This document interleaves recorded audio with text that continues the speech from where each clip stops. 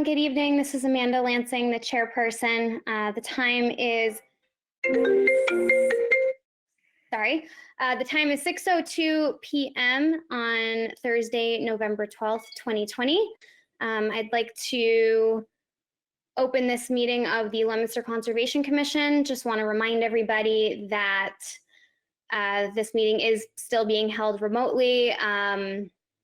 Everything on here is going to be recorded, as well as in the chat section. All of that will become part of the public record.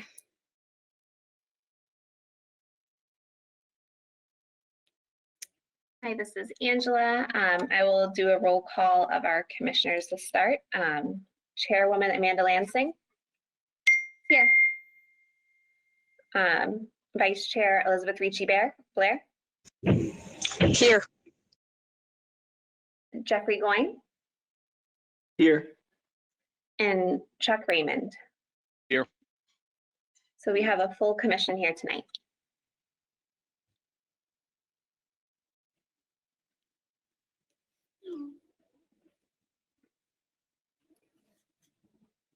Okay. And I did just want to thank everybody for their patience as we've had to reschedule this meetings a couple of times due to some unforeseen circumstances. So I do appreciate everybody making the time to be here tonight. We'll start with our conservation land management. Do you want to give us an update on these encroachments, Angela, please? Hi, this is Angela. At this time, I did send the letters out about over 30 days ago. I haven't received any response. I was going to send out a second notice, certified and regular mail, and then do a drop-by visit to see if anyone was available.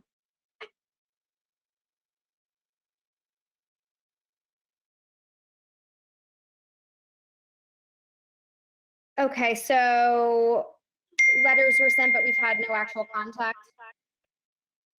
Correct. No one's reached back out since they were sent. Okay. Do any of our other commission members have any questions or comments on this? If not, we'll just leave it on the agenda. Okay, hearing none, we will move on to our new hearings.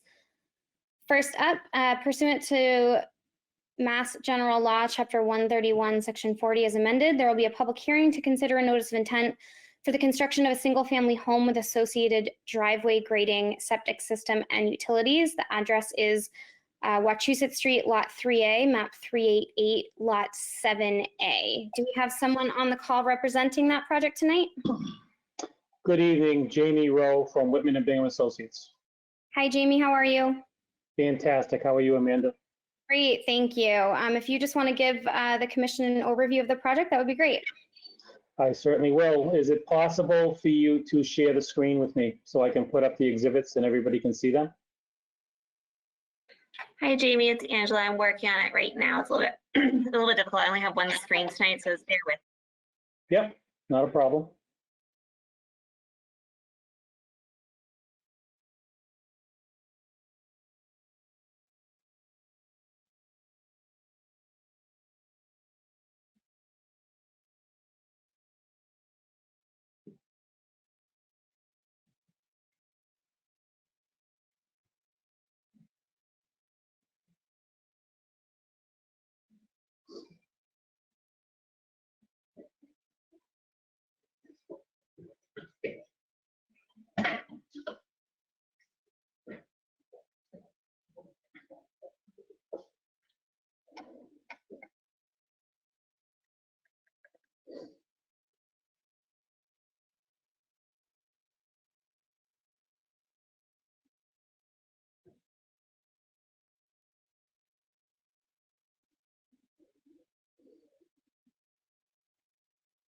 All right, Jamie, you should have control of the mouse and keyboard.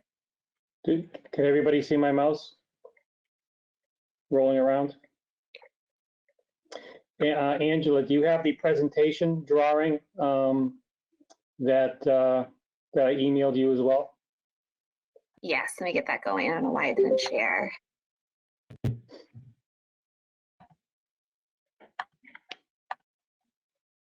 There we go.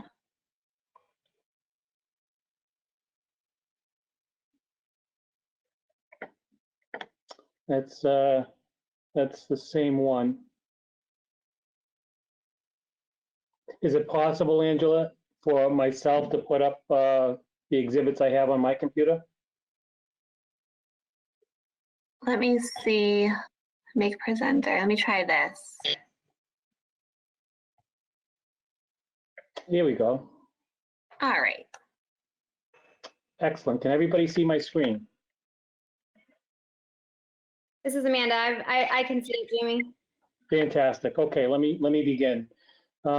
Again, for the record, this is Jamie Rowe from Whitman & Bingham Associates, and my client this evening is Adam Pothier.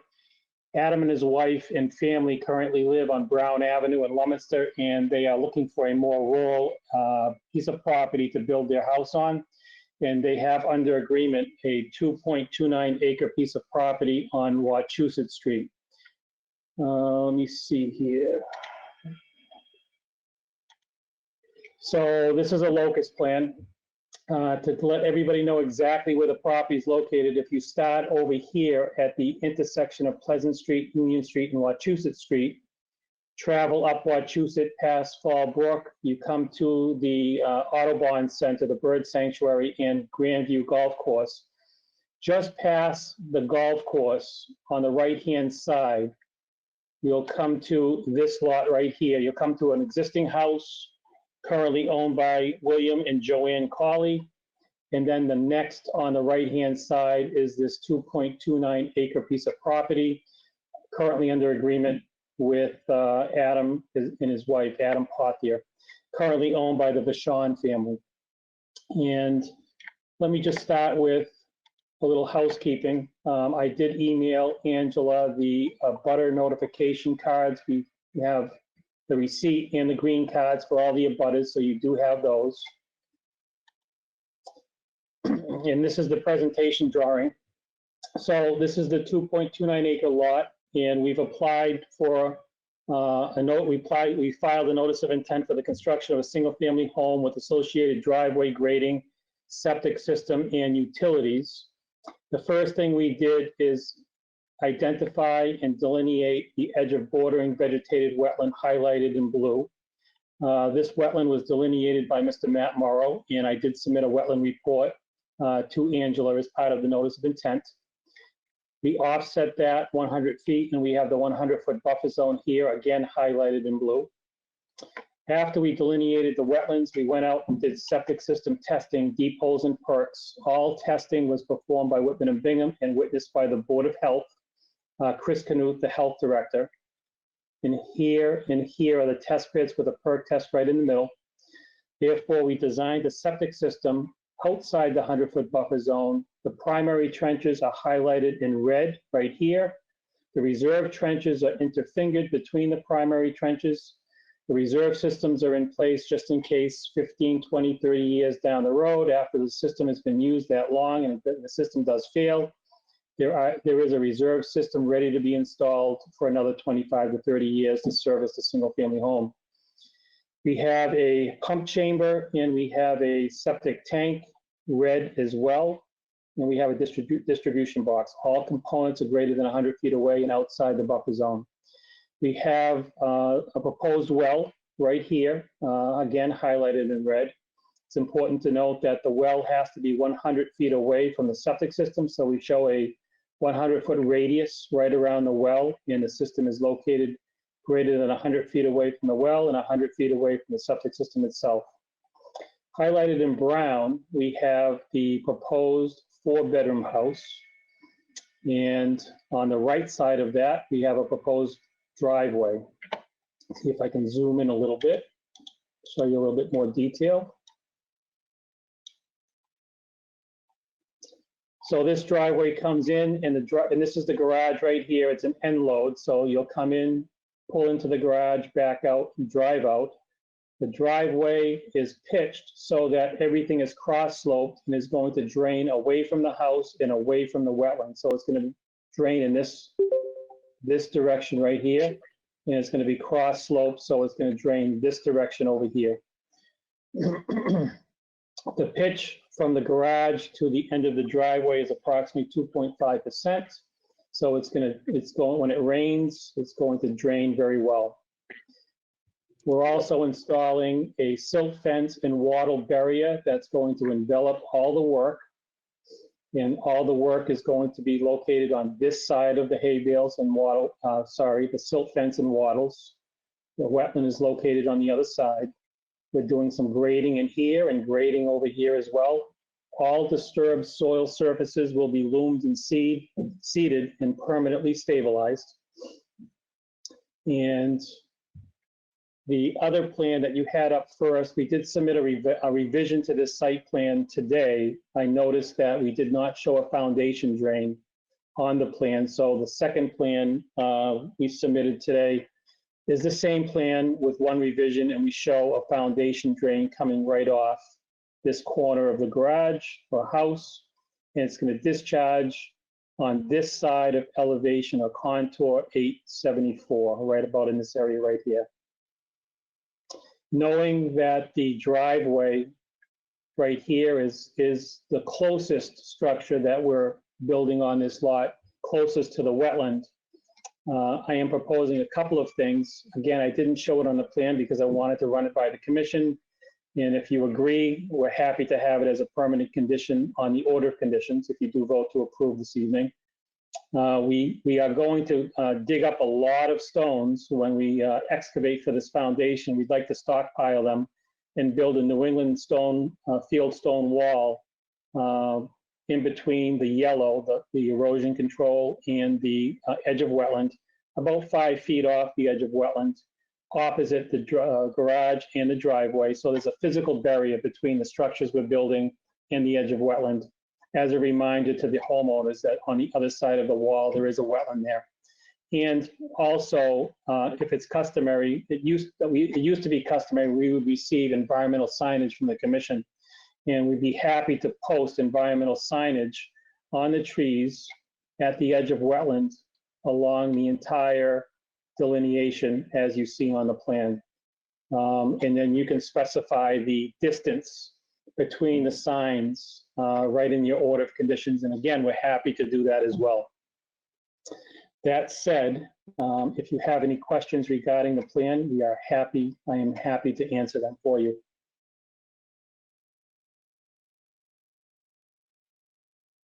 This is Amanda. Great. Thank you for that, Jamie. Does anybody on the commission have any questions about this project? Questions, concerns, comments? This is Chuck Raymond. I have a minor question. Pardon me if you think this is trivial. And I don't think it's going to get in the way of anything here. But Angela, what are your thoughts? And we appreciate your Jamie. Was it Jamie? Was your name? Yes, Jamie Rowe. Hi, Jamie. Chuck Raymond. Yeah, I appreciate you offering to post signs. What would the signs would basically say? Caution wetlands or something like that? Yeah, in the past, we received circular signs that basically states wetland exists, environmentally sensitive area, posting on the trees at the edge of wetland. So we've been given the signs in the past by the Conservation Commission. Angela, I don't know if you still have the signs. If you don't, we're happy to have signs made and posted on the trees as well.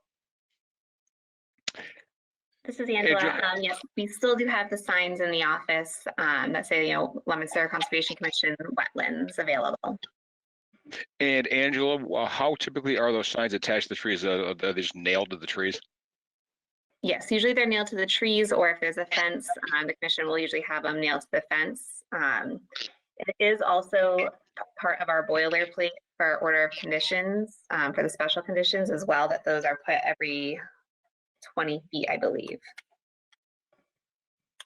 Yeah, I think it's an excellent reminder for the homeowner. Okay, I'm new to the commission. I'm not sure how I wouldn't have known how we done this in the past. So I was just kind of curious about that. All right, Thank you.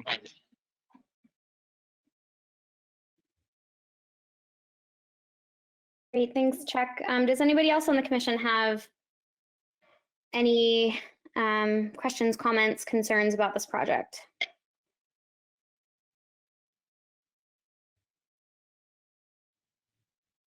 Okay, hearing none, I'd like to open this up to the public.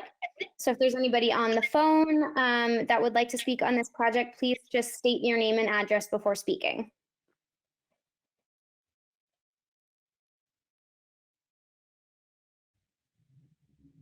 Second time? Third and final time. Okay, hearing no concerns from the public. I myself don't have any particular concerns about this project. Angela, do you have anything to add before I call for a vote? Hey, this is Angela. The only thing I have to add is that we did receive a DEP number, DEP number 1991120 for this site. I was not able to see the email that came through, if there's any comments from the state. Jamie, did you get a chance to look at that? Yes, and there are no comments from the state at all. Thank you. Yep.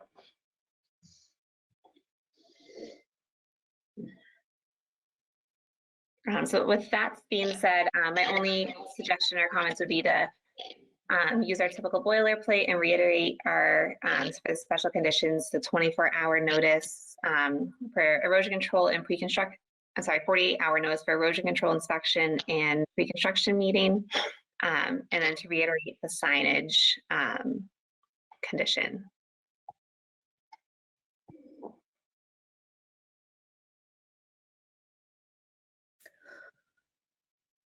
Okay, great.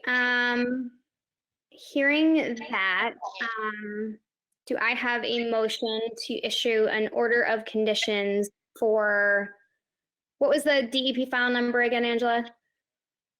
It is 1991120. Thank you. Do I have a motion to issue an order of conditions for that DEP file number with the our standard boilerplate and the conditions that our agent just stated? This is Liz. I'll make a motion to for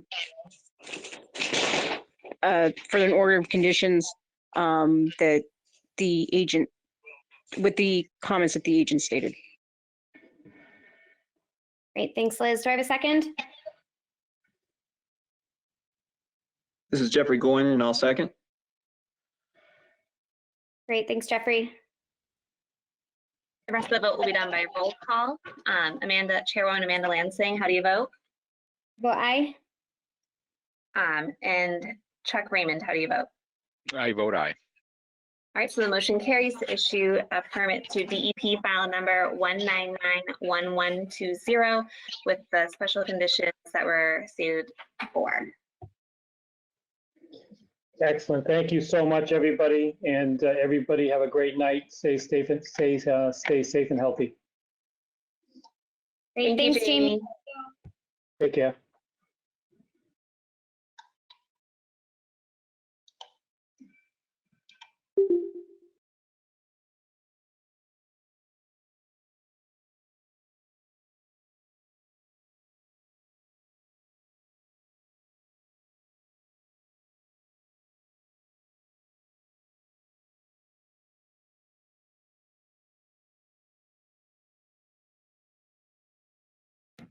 Okay, moving on to our next hearing of the night. Pursuant to Mass General Law, Chapter 131, Section 40, the Mass Wetlands Protection Act, the Leominster Conservation Commission will hold a public meeting on a request for determination filed for replacing existing sanitary sewer manholes and replacing barrel blocks to concrete structures to determine if the work and area is subject to the Wetlands Protection Act. Addressed is the municipal easement along Lindell Ave to West Street in Leominster. Do we have somebody on the call representing this project tonight? Hi, everyone. This is Angela Chwasky, the City of Leominster Conservation Agent. I am representing for DPW as they were unable to attend. Please just bear with me while I pull up my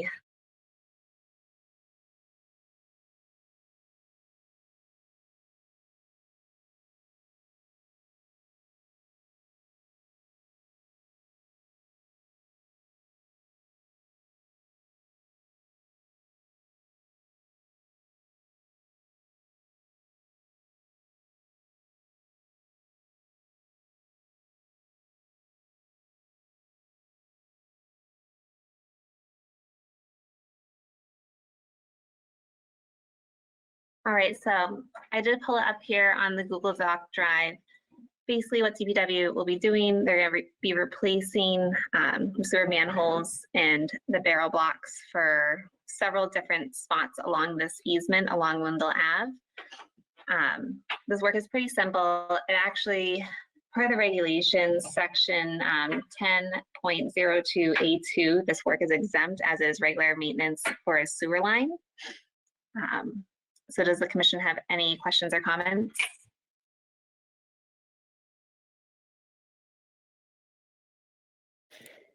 This is Amanda. I appreciate them filing the RDA so that we kind of understand what they're doing. But I'm very familiar with that exemption for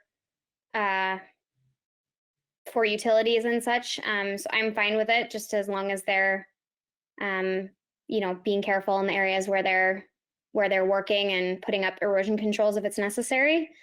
But as far as I'm concerned, if it's exempt, I'm fine with it. Does anybody else on the commission have any questions or concerns?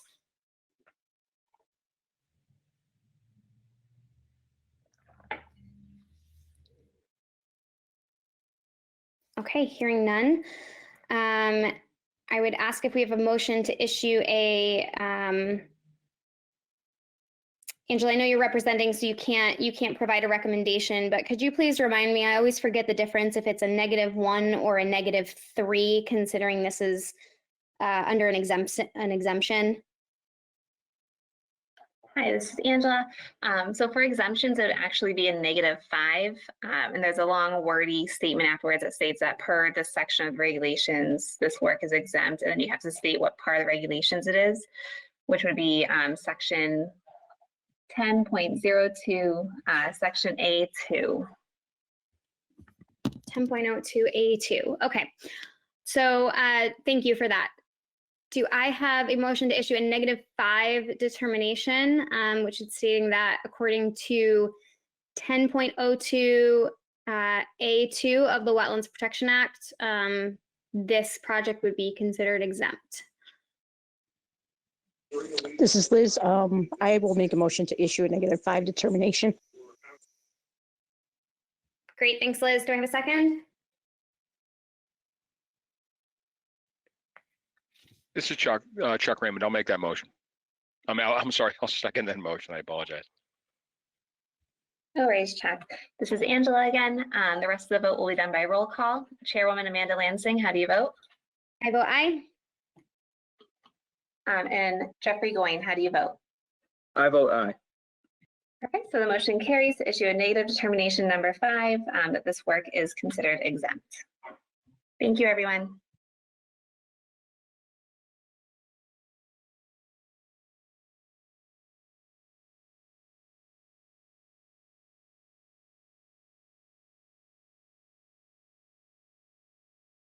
Just bear with me, I'm just pulling up the screen again for the agenda. There we go. Great, thank you. Moving along, pursuant to Mass General Law, Chapter 131, Section 40, the Mass Wetlands Protection Act, the Leominster Conservation Commission will hold a public hearing to consider notice of intent for the construction of an assisted living facility with associated parking and access, as well as a retaining wall. Address is Brooks Pond Road, map 317, parcel 10. Do we have someone on the call representing that project tonight? Yes, ma'am. Christopher Anderson with Hannigan Engineering. Hi, Chris, how are you? Very good. Yourself? Great, thank you. If you could just go ahead and give an overview of the project, that would be great. Sure. Angela, do you happen to have the PDF of the plans, or would you like me to throw it up? Here, I will give you remote control just because I am working with one screen tonight. It's a little bit difficult for me. So here, let me hand it over to you, Chris. Sure. And I'll make you a presenter. Thank you. All right, there you go.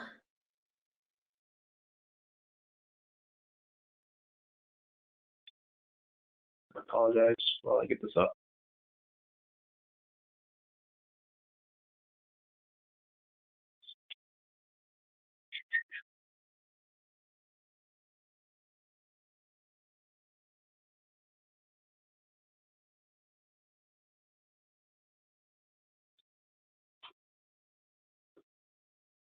So can everybody see my screen?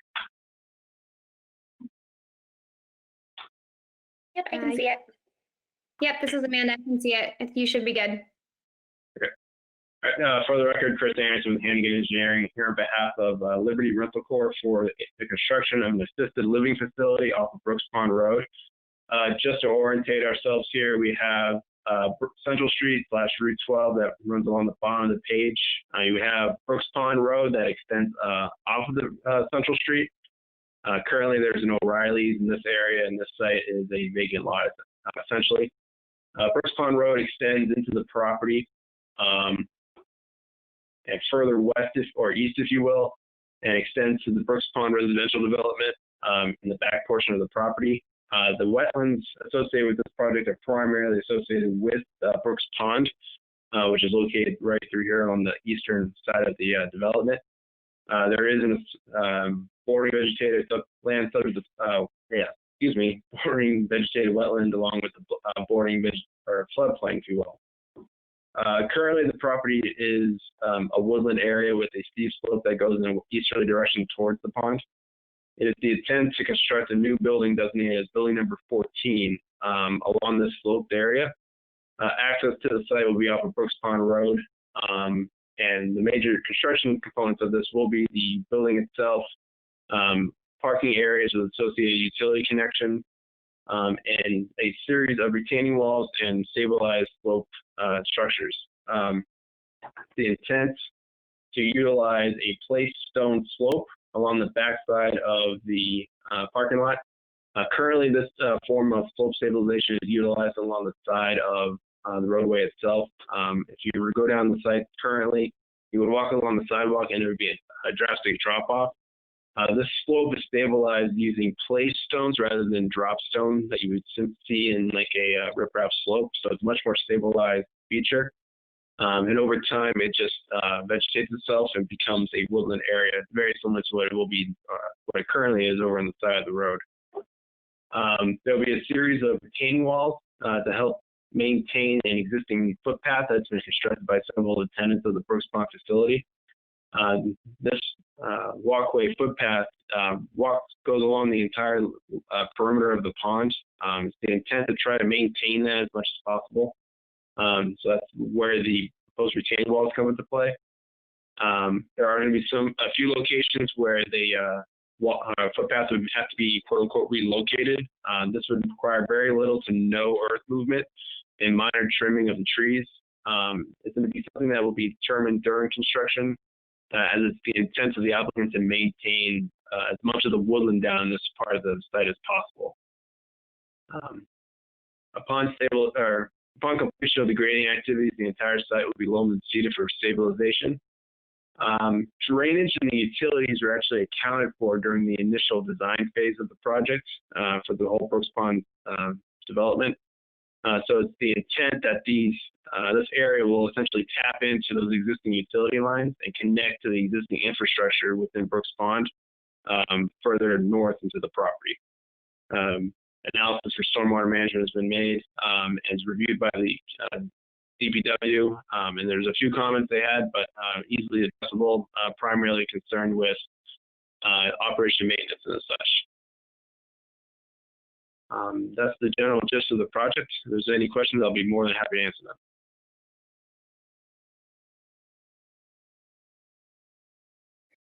This is Amanda. Thanks, Chris. Does anybody on the commission have any questions, comments, concerns? This is Chuck Raymond. You said you're going to be removing the site. The project location is currently wooded, currently vegetated. Yes, it's currently vegetated woodland. Okay. Angela, do you know, particularly down towards the straw bale, hay bale line, you know, on the slope there, do you know what kind of vegetation is being removed?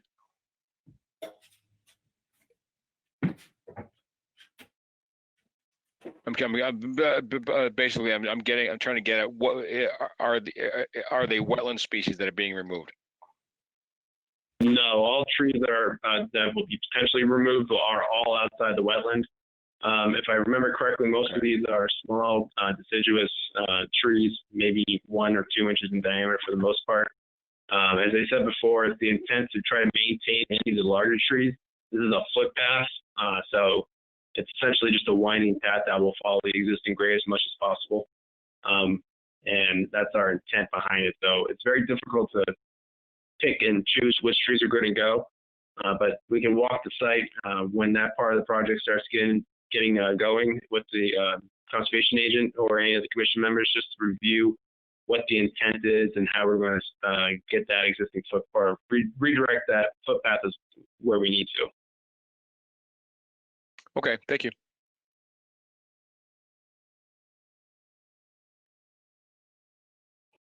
Jeffrey or Liz, do you have any comments or concerns regarding this project?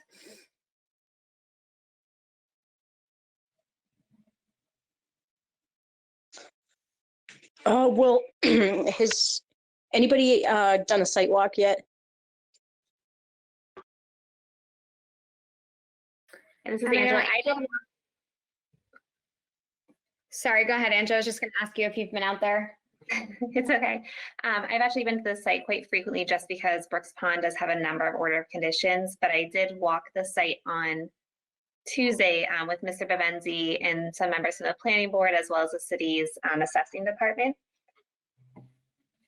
But it might be pertinent. I know some of the commissioners have not been here that long, have not seen the site. It might be a good idea for them to visit the site just to get a feel for the area.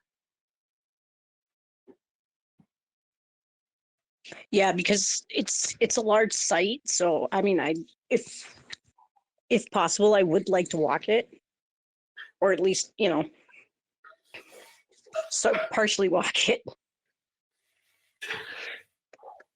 Angela, I might take you up on that invitation tomorrow. Do I need to go with you, or can I go by myself, or what's the protocol?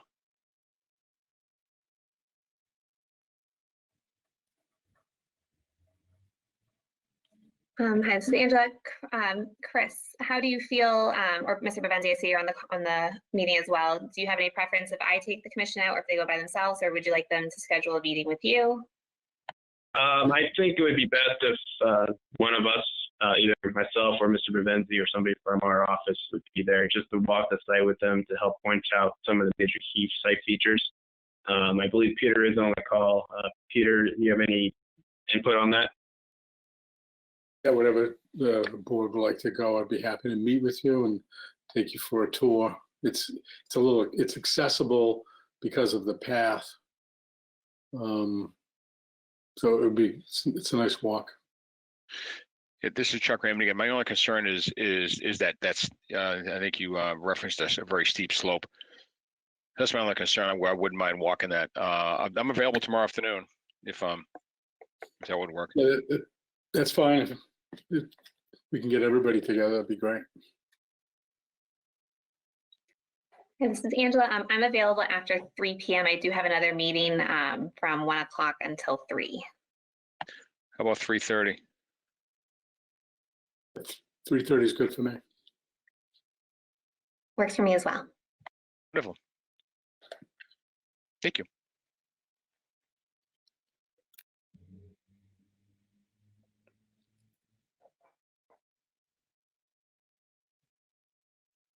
Okay, great. Given that, Angela, do we have a DEP number for this one yet? Hey, this is Angela. I did not see one come through. I just checked the enterprise portal. I don't see anything on there. Chris, I did see it. Receive I did. anything? Yes, I did. It did come through this afternoon. They had no comments. If you'd like, I can forward that over to you right now. I believe you were CC'd on it, but you never know anymore. That'd be great. Thank you, Chris. No problem.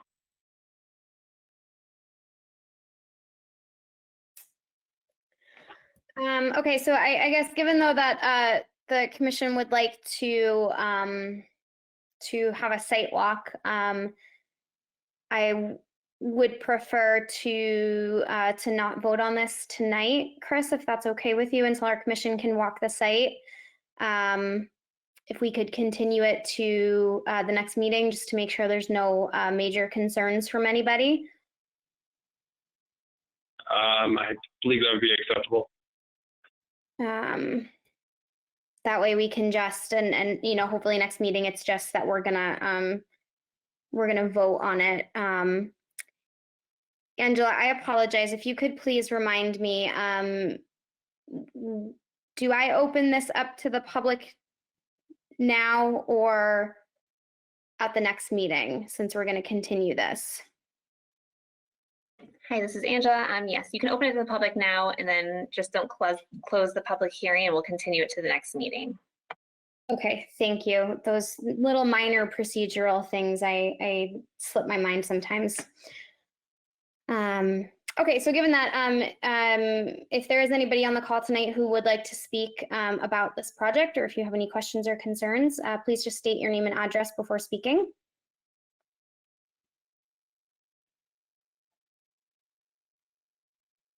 Second time.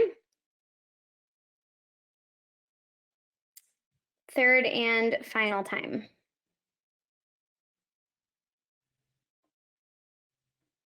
Okay, hearing no questions or concerns as of now, we will leave the public meeting open, and we will continue this to our November 24th meeting. Is that correct?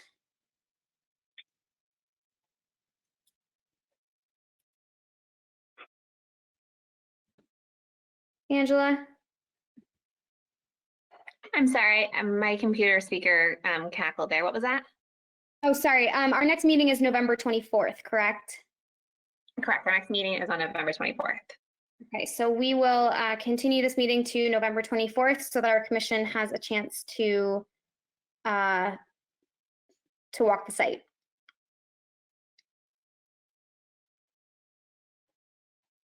And I guess maybe Angela, if you could just kind of email the commission with whatever details they need so that anybody who's available tomorrow can go, that would be wonderful. Absolutely.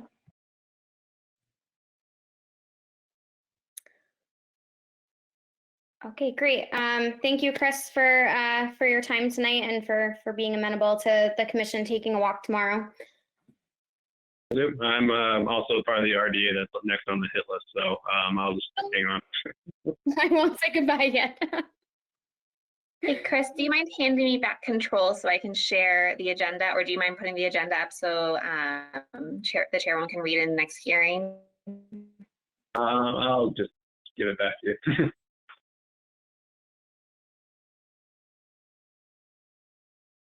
I believe I gave it back to you. There you go.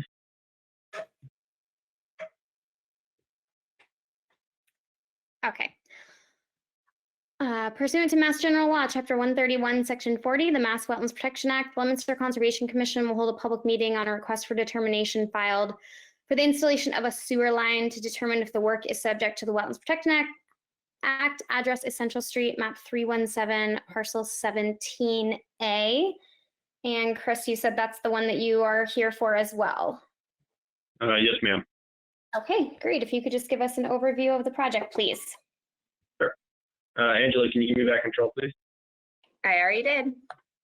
Thank you. Okay. Again, for the record, Chris Aaron with Hannigan Engineering, here at Liberty Rental Corp. We're here before you tonight for a RDA for the construction of a proposed sewer line connection. This is associated again with the assisted living development off of Brooks Pond Road that was heard earlier tonight. This project is comprised of two components on two sides of the roadway, building number 14, which is under the current notice of intent filing, and two additional structures on the opposite side of Brooks Pond Road. These additional buildings along the northern or northwestern portion of Brooks Pond Road need to make associated utility connections within Brooks Pond Road, primarily for the sewer connection that's located right through here. This structure would be located within the 100-foot buffer zone, but due to the existence of existing roadway and infrastructure, there's no direct route for runoff from the site to directly get into the adjacent pond. As such, we feel like an RDA is much more applicable to this kind of work rather than a notice of intent. I will make a note that recently a department head review was performed with the city department, and a minor modification was made to the plan since that meeting, primarily associated with the removal of the existing dumpster pad that's located right through here. Under the RDA, it was requested that roadway or driveway extension would be installed at that point in time with some modifications to the sidewalk in the area in order to access the site or access the dumpster pad location. At this point in time, it's requested that that component of the project be eliminated from this area. The dumpster pad will be located elsewhere on the property to the north, well outside the 100-foot buffer zone for the Brooks Pond. The change in the plan would essentially look as such, whether it be essentially just an extension of the sidewalk, which will continue along its existing path. That's pretty much the gist of the project. If there's any questions, I'll be more than happy to answer them.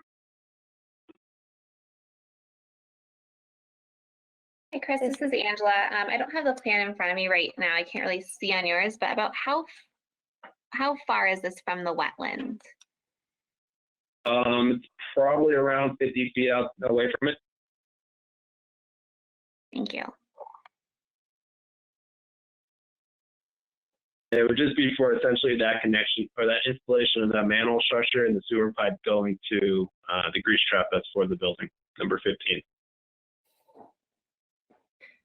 Angela, again, one more question. Would this be done before, obviously before the work for the building that we just discussed before? It would probably be done in tandem with one another. It's the intent that the number 14 would also tie into the manhole structure as well. Okay. I just wanted to confirm that we would have erosion controls in place before the work would happen. So I'm all set then.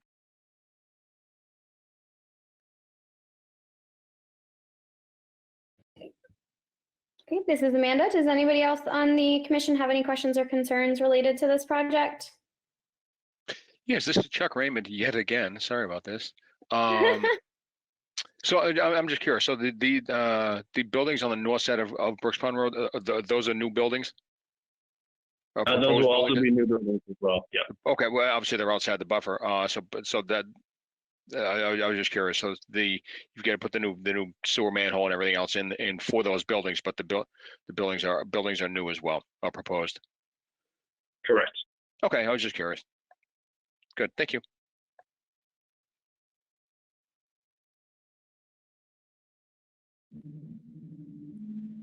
Okay, anybody else have any questions or concerns?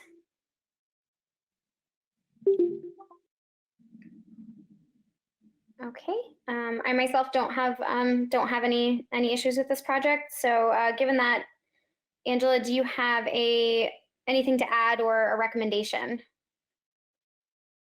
Hi, this is Angela, conservation agent for the city of Leominster. I don't have anything else to add. Mr. Anderson did answer all of my questions. I would recommend that the commission issue a negative determination number 3, which is the work described in the request is within the buffer zone as defined in the regulations, but will not alter intent area subject to protection under the Act. Therefore, said work does not require the filing of notice of conditions, if any, which I would be to the following conditions, and then the only condition would be to just let the agent know when the work is beginning, ensure that the erosion controls for the other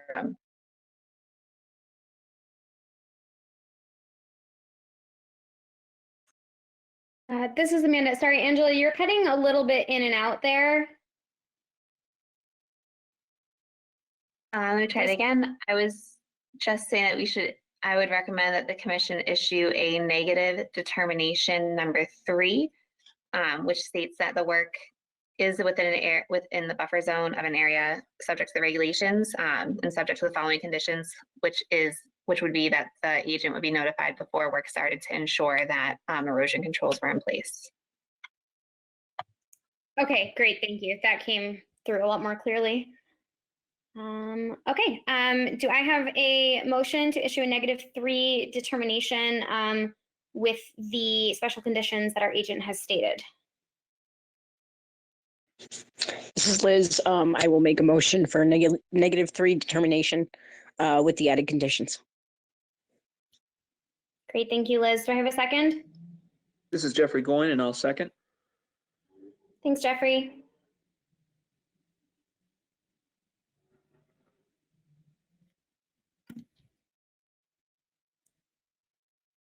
I apologize. This is Angela Chesky, the conservation agent. The rest of the vote will be done by roll call. Amanda Lansing, how do you vote? I vote aye. Was it, did Chuck or Jeffrey second the motion? I'm sorry. Jeffrey. Okay, so then Chuck Raymond, how do you vote? I vote aye. All right, so the motion carries to issue negative determination number 3 with the conditions stated by the agent. Okay, thank you very much. Great, thanks for your time tonight, Chris. Thank you.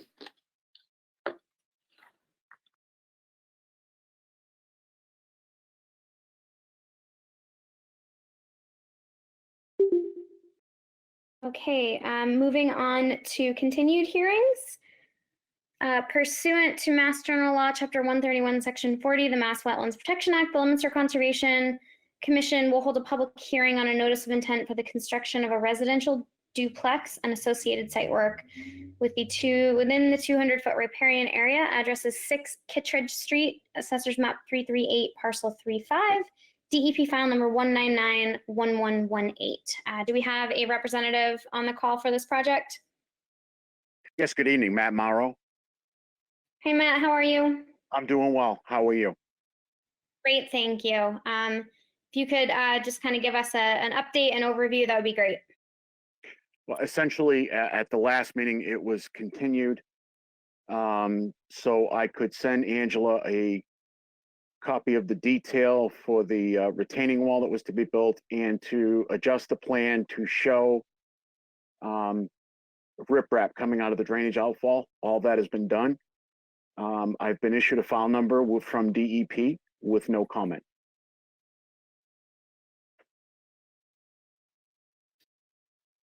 Okay, great, thank you. Angela, with the updated information and everything that you have, do you see any and do you have any concerns? This is Angela. No, not this time. I'm satisfied with the information that was submitted. I'm trying to share the screen again, so if everyone wants to bear with me one moment, I can share that with you.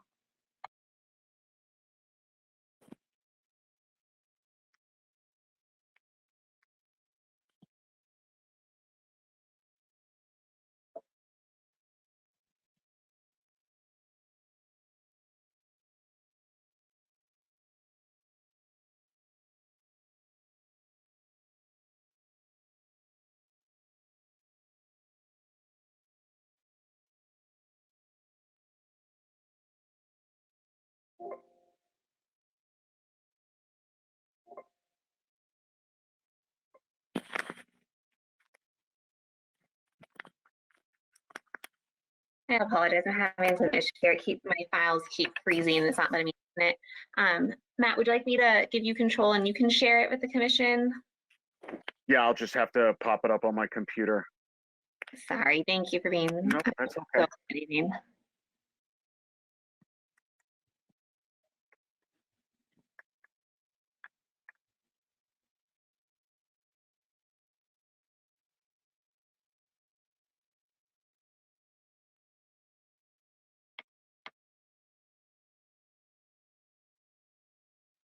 Okay, can everyone see that? Yes, we can see it. Okay, I don't have the updated plans on this computer, but if you look out at the 40 PVC, there was a riprap splash pad drawn on that by Rosemary Chalk, the engineer involved in the project. See if I can find the wall specs.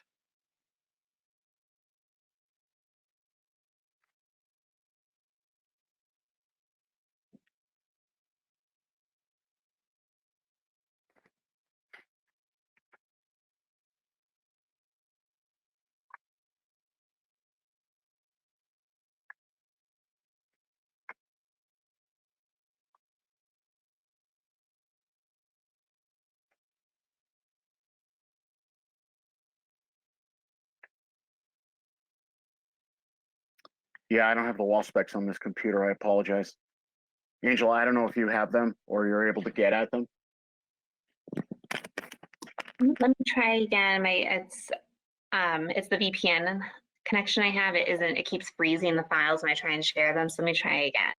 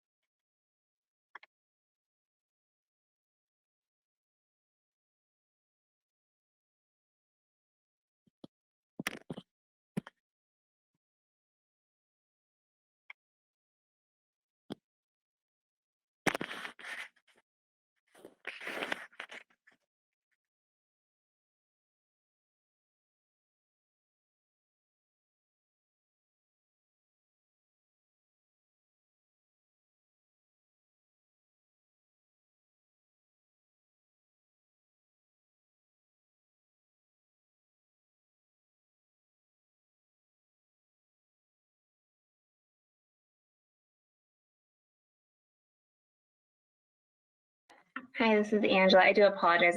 My computer is not letting me open the document. I did review it in the office when Mr. Morrow submitted it, but I'm unable to share it at this time.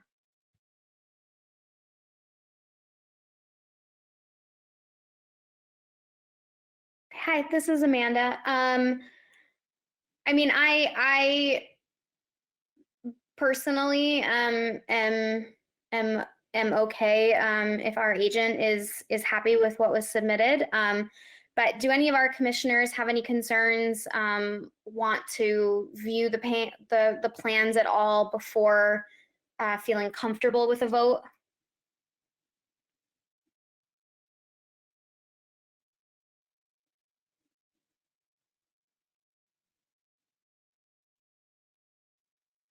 Okay. Hearing no concerns from our commission, is there anybody on the call tonight before we close the public hearing who would like to speak for this project? Just state your name and address. Second time? Third and final time. Okay, hearing no concerns, I will close the public hearing. Angela, can you just show the agenda again? Do we have the DEP file number on there?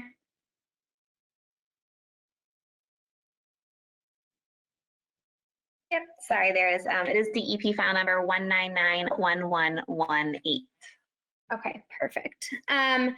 So given that I hear no concerns from the commission about the updated information and none from the public, I'll ask you if you have anything else to add or if you have a recommendation for us.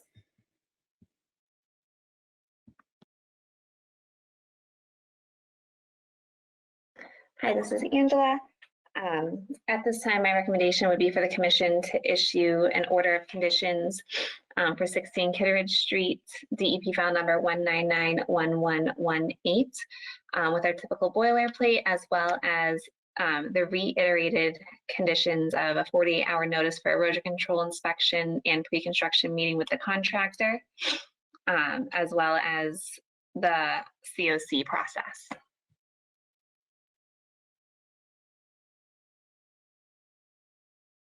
This is Amanda again. Thank you.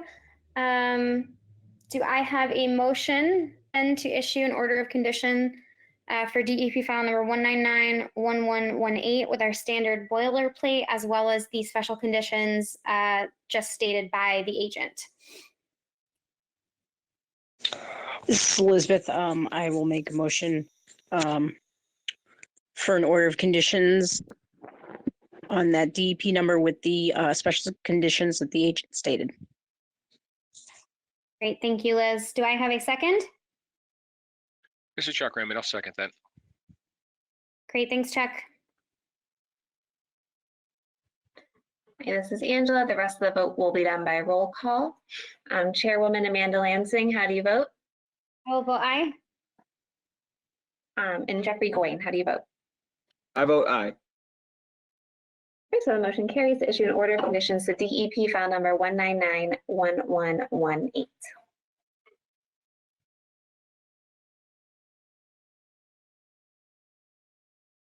Okay, great. Thanks, Matt. All right, next Thank you, continue guys.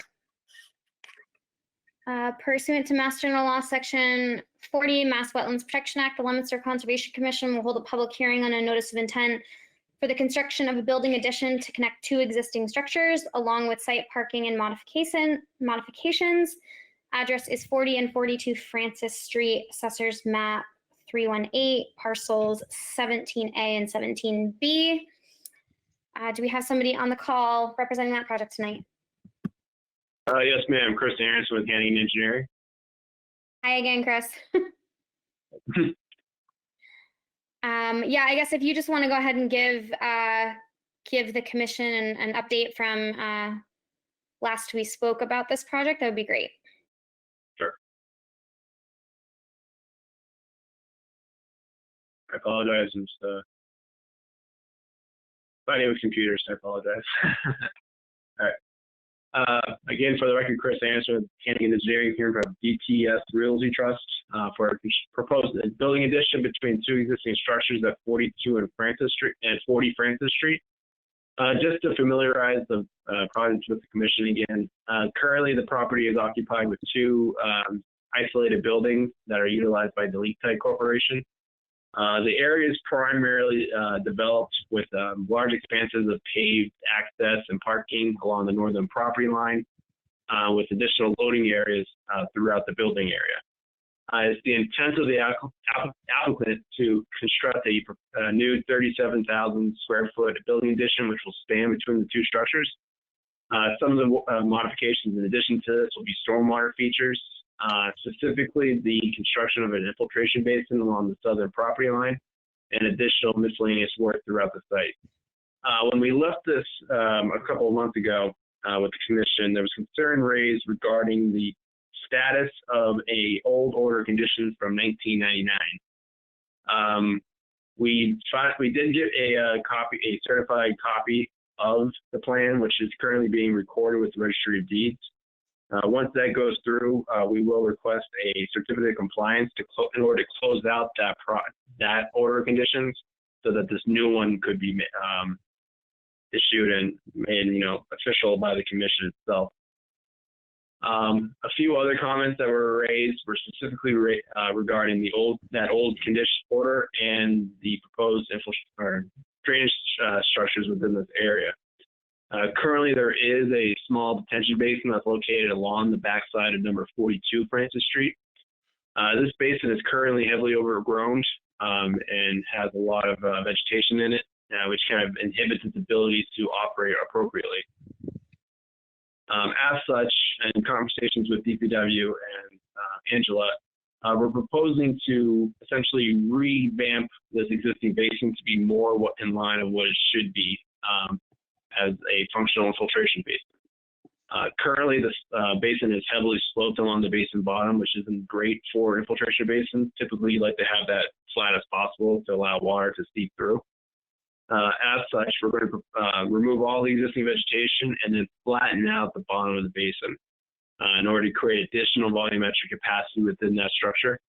And along with that, we'll be installing new riprap aprons at the outlet of the structures, including a hydro works, water quality unit to treat any runoff that does get into this area through the catch basin structure. And then also repairing and replacing the existing outlet structure. There's an 8-inch pipe that currently comes out of the basin, and rebuilding the existing spillway.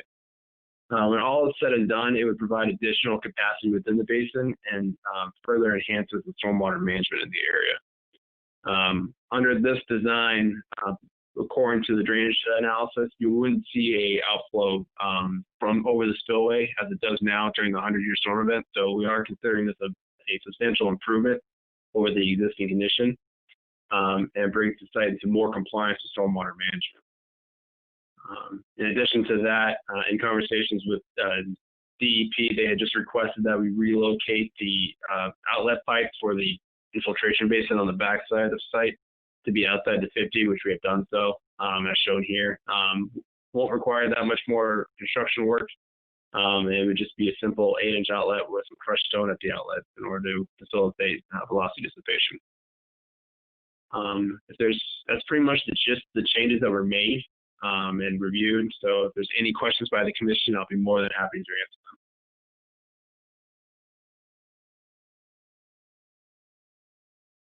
Hey, Chris, this is Angela. Just a question because I'm having a hard time seeing the screen with my glasses. So you said you moved the outlet so it's 50 feet away from the surface water per the stormwater regulations? Yeah.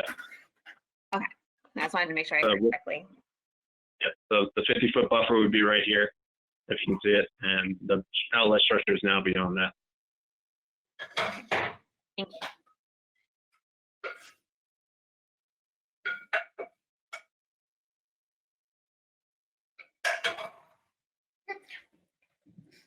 Okay, does anybody on the commission have any questions about the updates that have been done, or questions about anything else related to this project, concerns?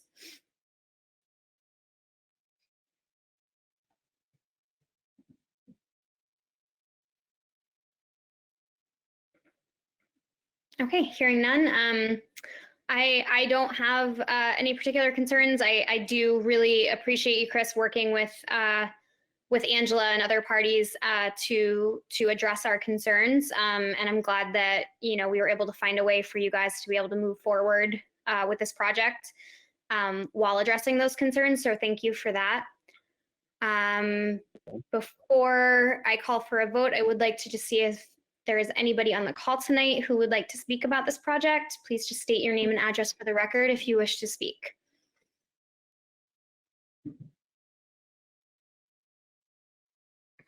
Second time. Third and final time. Excuse me, Chairwoman Amanda, this is Angela. We're unable to vote on this hearing tonight as the old order is still open, so we would have to continue it and keep the public hearing open to the next meeting on it. Yes, thank you for that, because as Chris started talking in the beginning, I did want to ask you that question. So I'm glad that you brought that up. Okay, so we will leave this on the agenda until the other order gets closed out. Okay, so we'll work on getting the sort of compliance request into the commission so that they can close out that old order and then just, I guess, vote on this new one. Yes. Yep, that would be okay.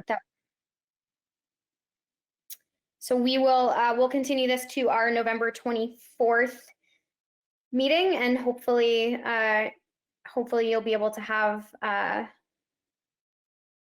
hopefully we'll be able to do everything at that meeting, depending on what you guys are able to do. I will get the request in tomorrow morning. Perfect. Awesome. Thank you for that. I'll be in the office, Chris. I'm just kidding. All right. Well, thank you very much. Okay. Thanks so much, Chris. All right. Good night.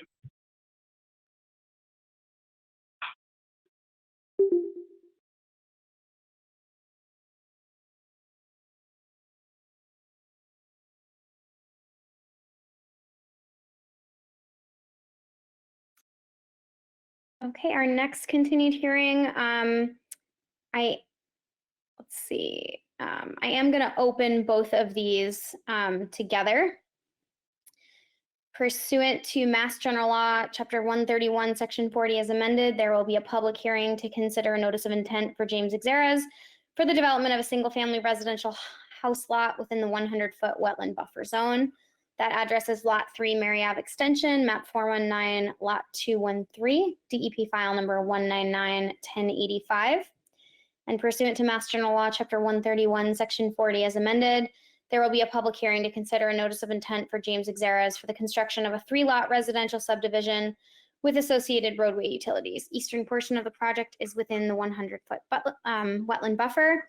Address is 1157R, map 419, lot 23, DEP file 199-1086. Do we have a representative for that on the line tonight?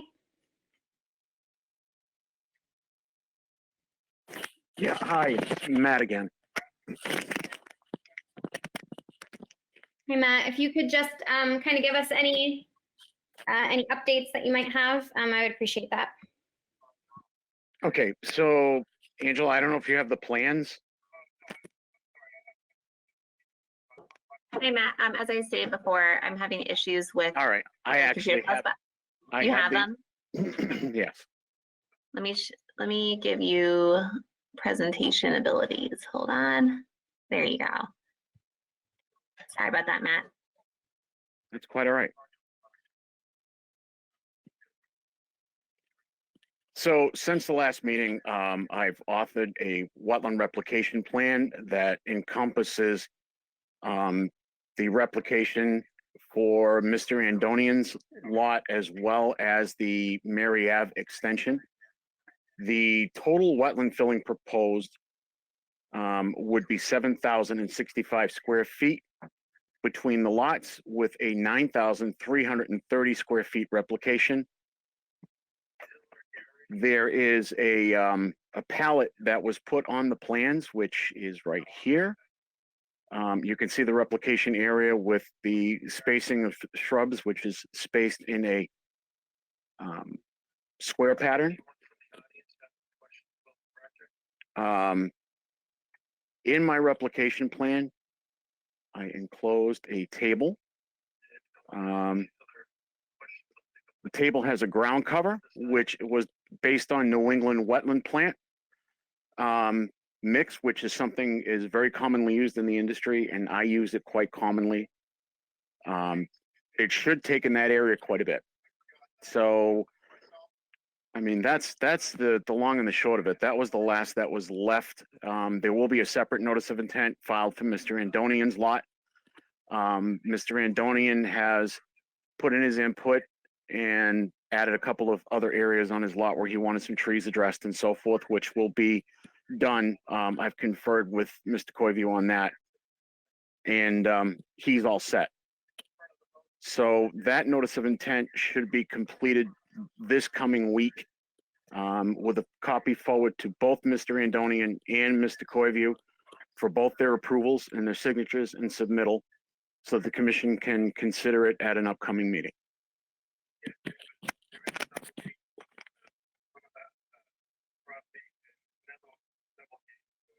Okay, great. Thanks, Matt. I guess I'll start.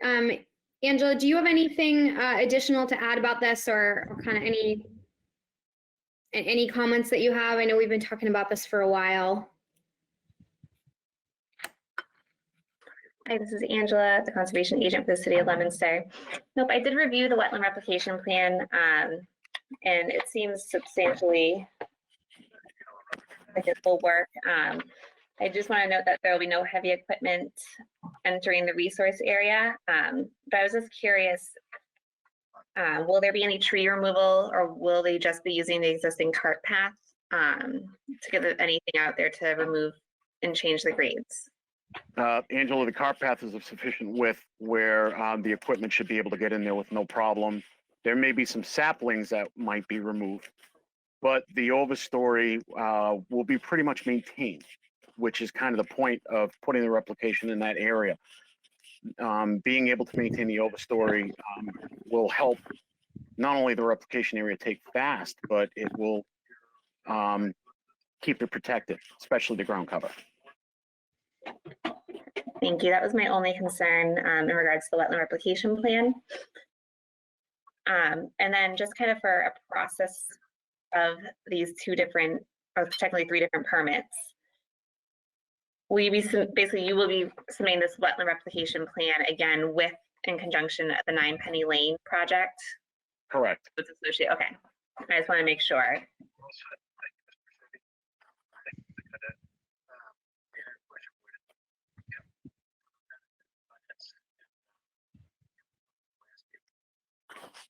Those are my only comments at this time.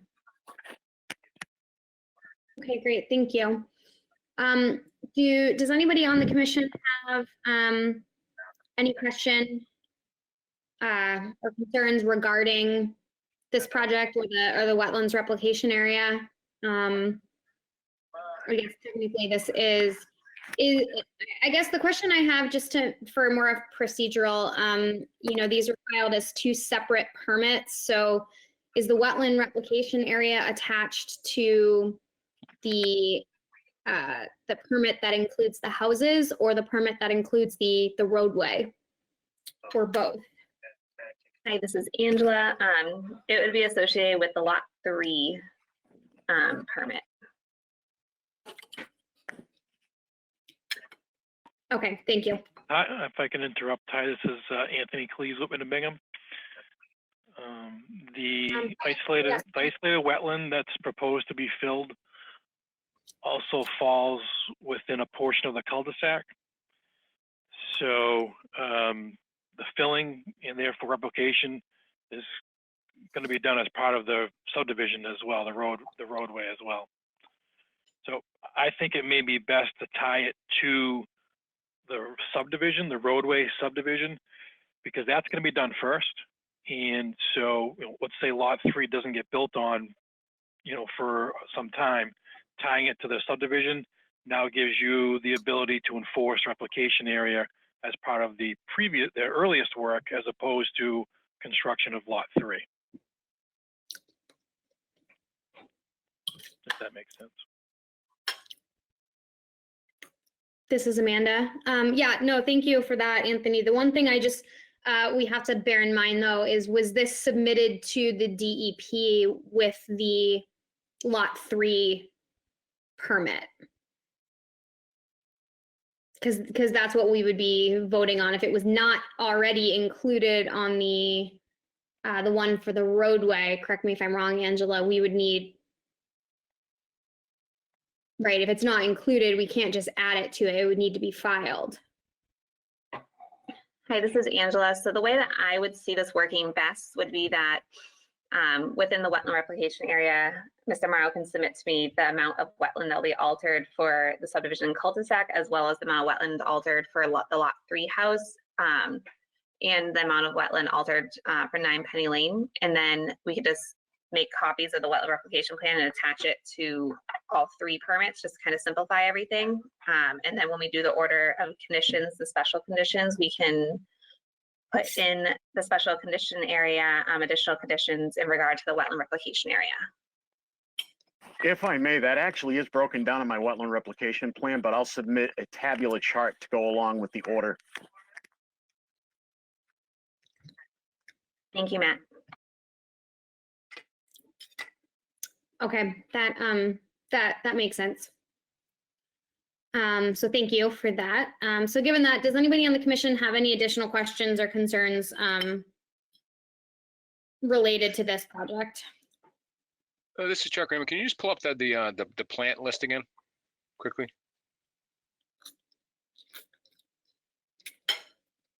I'll reduce my screen here. Hold on.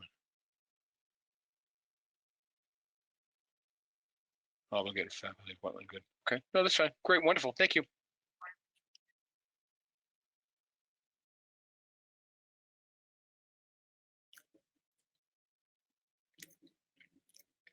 Okay, does anybody else on the commission have any questions related to this?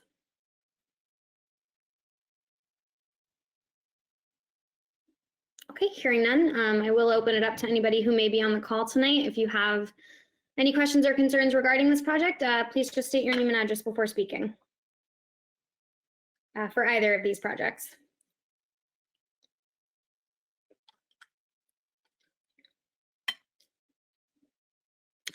Second time. Third and final time.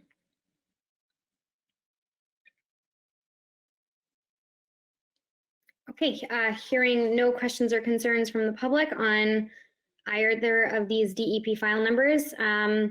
Angela, I'll just ask if you have anything additional to add or if you have any particular recommendations for these projects.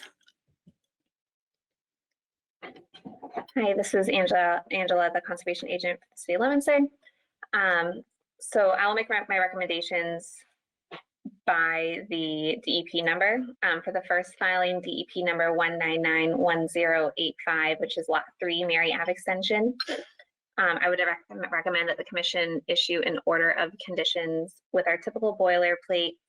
And in the special conditions area, we would reiterate the wetland replication section, as well as an additional condition that the area be viewed by a member of the Conservation Commission to ensure satisfaction of the elevation excavated in the area shape for the conformity of the approved plan, as well as another condition that no heavy equipment will enter the marine resource area, and a third additional condition that if any large or old growth trees need to be removed in the process of the wetland replication area, the Conservation Commission or the conservation agent will be notified to inspect and discuss. Okay, wonderful, thank you. So hearing all of that information, do I have a motion to issue an order of conditions for DEP file number 1991085 with the special condition stated by our agent and or another motion you may like to make?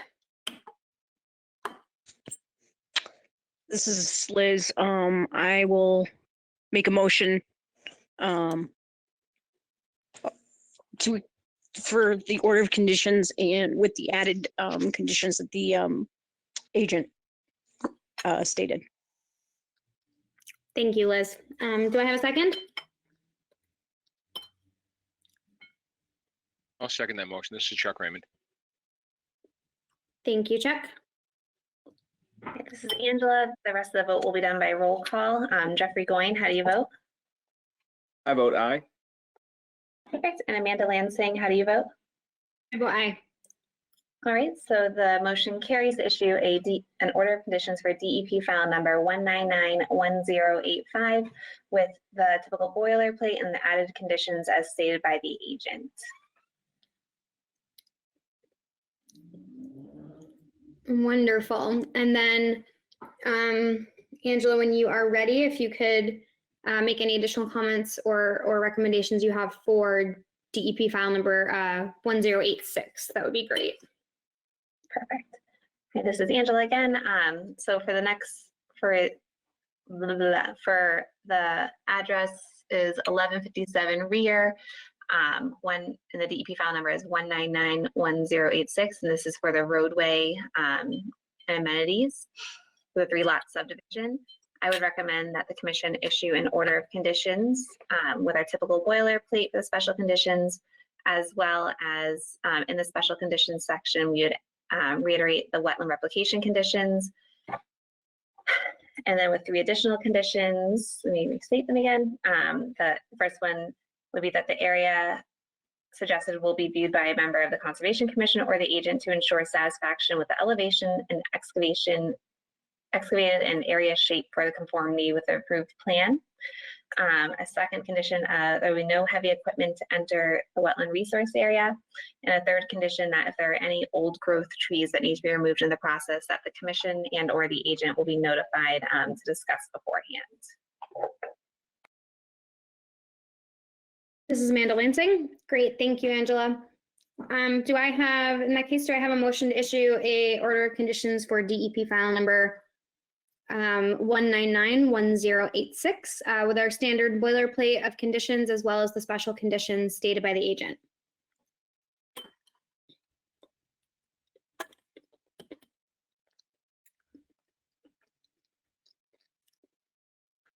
This is Chuck Raymond. I'll make that motion. Thank you, Chuck. And do I have a second? This is Liz. I'll second. Thanks, Liz.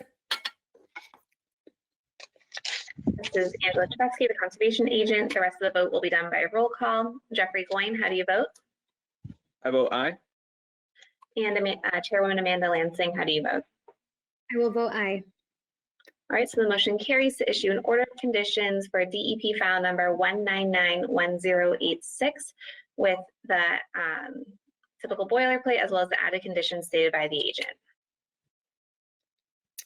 Great. And Matt and Anthony, I just want to thank you guys. I know this has been a bit of an arduous process working through these projects, but I really do appreciate your guys' willingness to address the commission's concerns to make sure that we, all parties end up being happy with this. So thank you. Thank you very much. It's very much appreciated. Yeah, no, thank you. All right. Unless you guys are both sticking around, have a good night. If not, I'll talk to you soon. Yeah, no, thank you very much for your time. Have a good night, guys.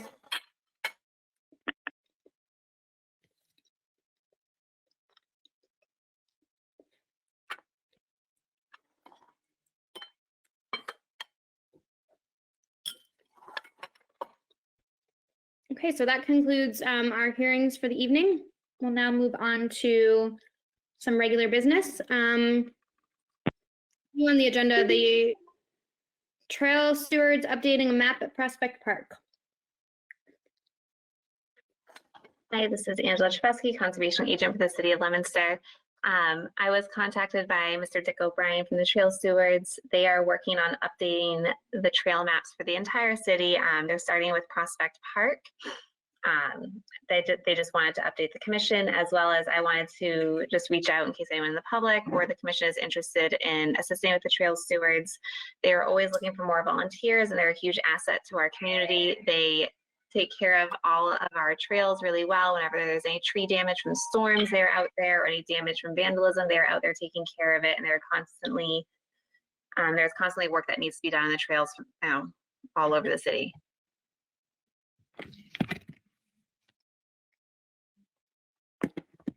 Sorry.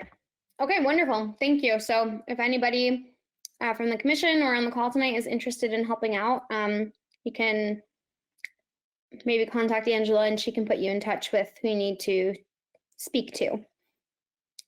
Madam Chairwoman, this is Chuck Raymond. Can I ask a question? Hi, yes, absolutely, Chuck. Sure. Now, when you say updating the map, are they simply just making new maps, or are they actually going out with like GIS systems and actually, making new maps altogether, remapping the area and remeasuring it? Are they just taking,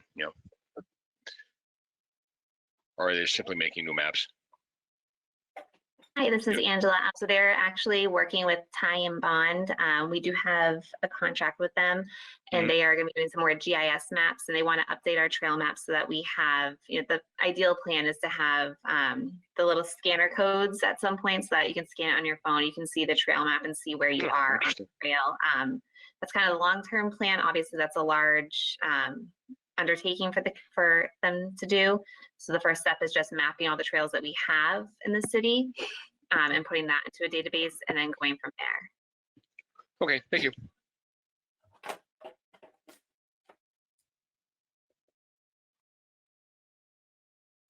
Cool.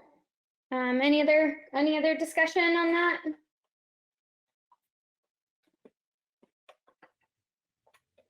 Okay, great. Thank you for letting us know that, Angela. Looks like we have one certificate of compliance tonight for 35 Day Street.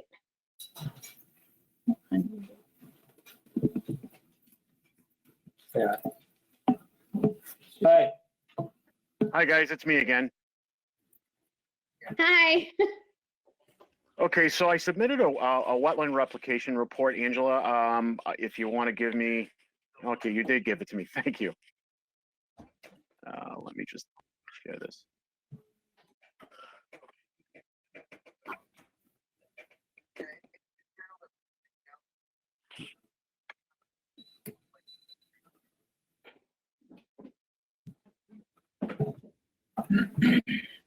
Here we go. So essentially, we have the single family house lot. You all had approved an order of conditions with some wetland replication, the replication area. Guys, can you hold on for 1 second? I got a call. Hold on. It's my doctor. Hold on.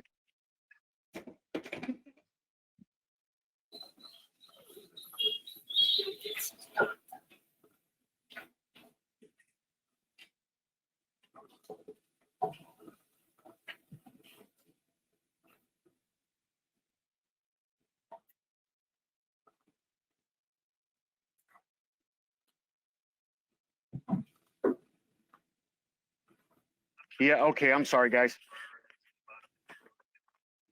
You there? Yeah. Can you guys hear me? Yep, no problem, Matt. You're good. Okay, sorry about that. So we had 412 square feet.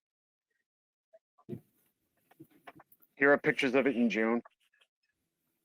The wetland replication is done. The only thing is the drought kind of affected it really, really bad. I mean, I'm going to monitor it again in the spring. It should grow right back in. My personal opinion is this is done.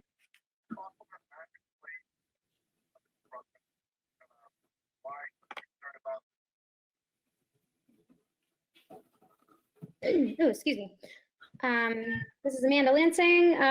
Angela, have you had a chance to go out and take a look at this, or do you have any opinions on this? Hi, this is Angela Chbosky, the conservation agent for the city of Leominster. I have gone out to the site. I did inspect the wetland replication area, as well as Mr. Morrow and myself did have a discussion about how the drought did affect the wetland replication area, unfortunately. And he has no problem reevaluating in the spring. The commission could continue the certificate of compliance until the spring, or they could issue a certificate of compliance contingent on that.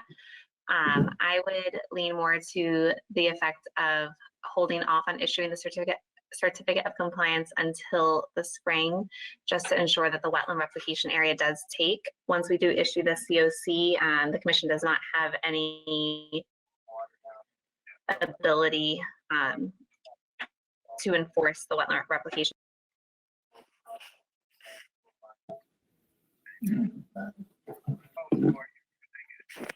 Lansing, the I mean, chairperson. if I could ask the commission to maybe consider issuing the partial, and I'll continue to monitor the area. I do keep the seed in stock. I can replant again in the spring. It's not a problem.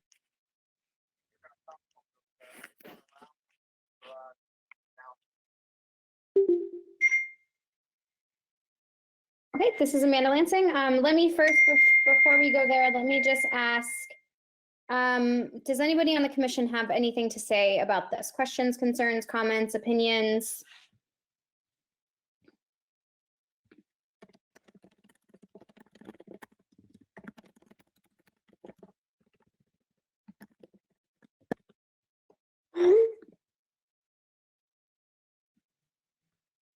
Nothing?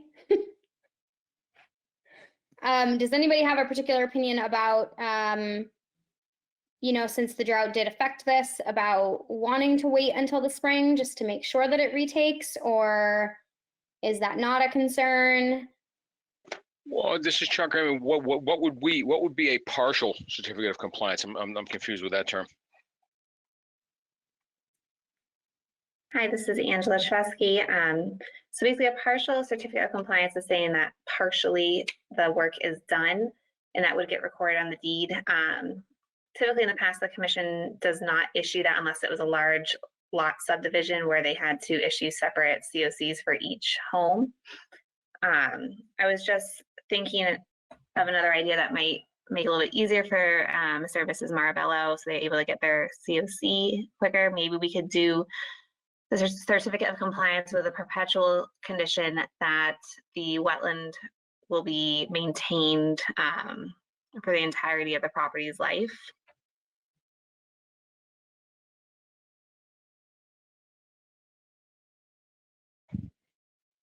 This is Amanda. Okay, and is that something that we can put in the certificate of compliance? That's like an enforceable, I guess, kind of action that we could take. Is that correct? Hi, this is Angela. Yes, because in our order of conditions, we do state that we are able to amend the conditions as the commission sees fit, as well as in the certificate of compliance form, there is a section for us to check off perpetual conditions and we can list them. So basically, if for some reason in the spring, Mr. Morrow or the Marabellas did not contact me, I could go out there and do, contact them, go out there, do a site inspection. If the wetland was not taking sufficiently, the commission could issue an enforcement order as it would be considered a perpetual condition. I see. Okay.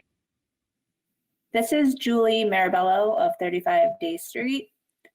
Our preference would be to wait until the spring for a full approval of our compliance. I think we've been very gracious in all of the additional requests that have been added along the way.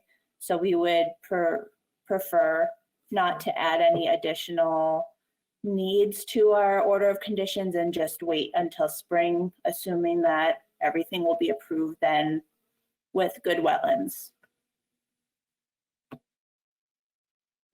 This is Amanda Lansing. Okay, great. Thank you for that. That's helpful to know because obviously, we don't want to hold you guys up, but we do have to make sure that those wetlands do take again.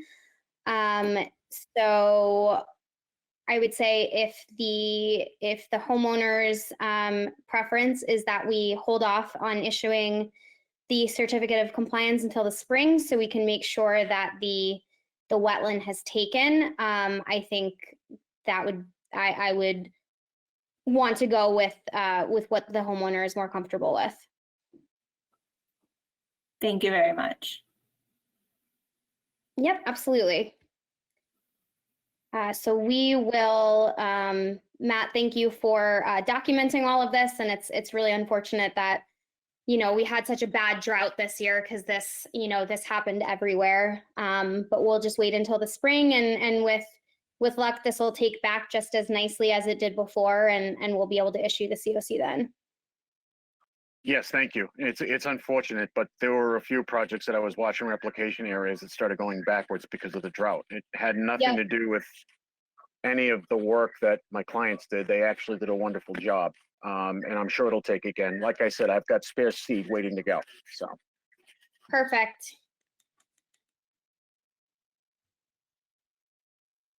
Okay, great. So Angela, we will table this until the spring.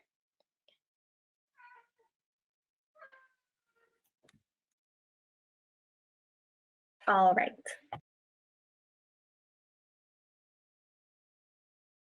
good night, guys. Thank you. Thank you very much. Absolutely. Have a great night. Oh my goodness. Okay, moving on to extension permits, 96 Exchange Street. Do we have an update on that one, Angela, or is that new? I can't remember. Hi, this is Angela Chesky. This is a continued extension permit. The permit doesn't technically expire until March, this coming March, but they were trying to get a jump start on it. I did speak with Mr. Morrow before the meeting via email. He has not gotten out there to reflag the wetlands yet, and I don't believe the erosion controls are in place last time I checked. I know some of the commission members did want to go out there and take a site visit. I wasn't sure if anyone has been to the site since then, or if you guys are just waiting for the wetlands to be demarcated first. This is Amanda. Yeah, I've not been out there yet, but I do think that it would be helpful, especially for commission members who may not be, and especially this time of year, who may not be super familiar with wetland species, everything looks different in the winter, to have it reflagged and then be able to go out there. At least that's going to be my preference. And I would prefer that they're reflagged and erosion controls are properly installed and all that before just issuing an extension. So I don't know if any of our other commission members have any particular opinions or comments.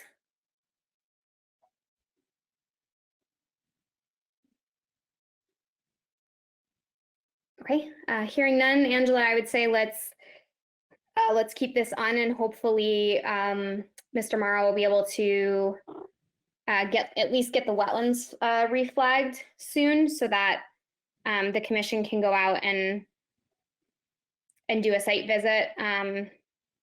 You know, maybe we can set one up with everybody or whoever can make it, just to get boots on the ground, make sure everything's where it should be before issuing the extension.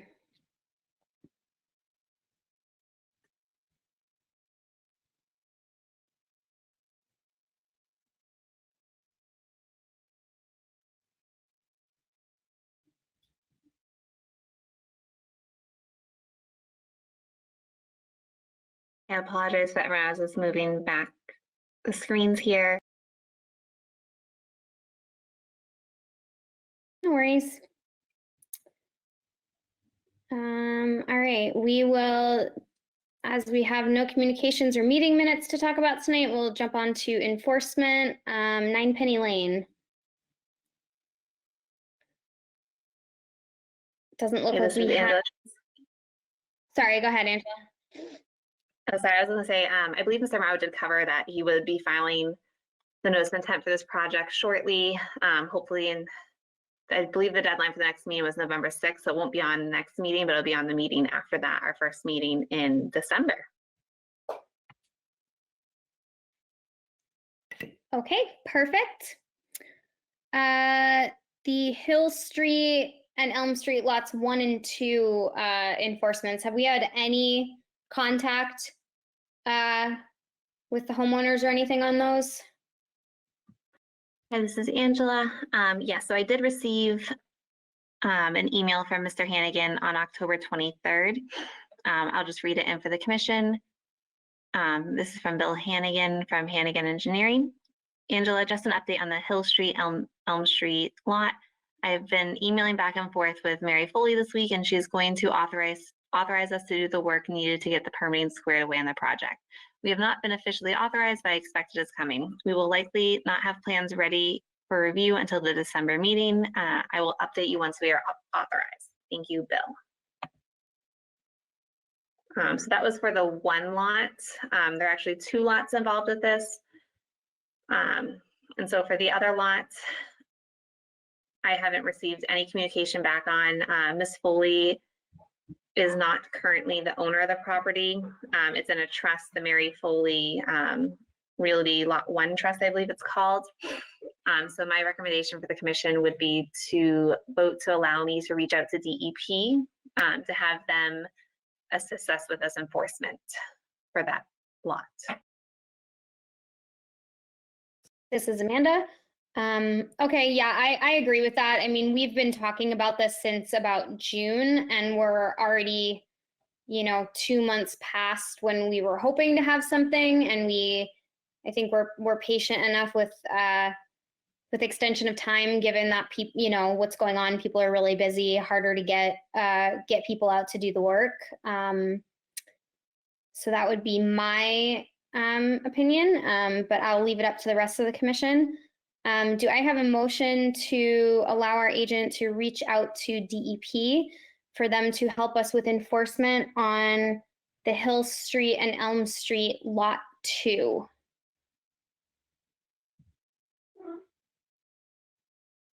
This is Chuck Raymond. I'll make that motion. Thank you, Chuck. Do I have a second? This is Jeffrey going and I'll second. Thanks, Jeffrey. Hi, this is Angela Chebesky. I'm the conservation agent. The rest of the vote will be done by roll call. Elizabeth Ricci Blair, how do you vote? I vote aye. Perfect. And Chairwoman Amanda Lansing, how do you vote? I vote aye. All right, the motion carries. So I will reach out to DEP when I get in the office tomorrow. Great, thank you. Next enforcement up is 6 Daisy Drive.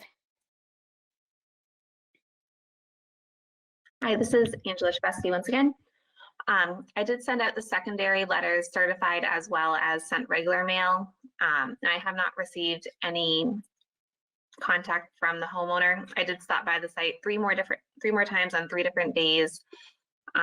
Each time no one came to the door, so technically I'm not allowed to inspect the property. I did receive a complaint that there was tree clearing alteration to the stream flow and resource area. So my next step up would be to have the commission vote to hire a sheriff to serve them. It's a $35 charge, but it does work. They do get the letter and they typically do call us back once that happens.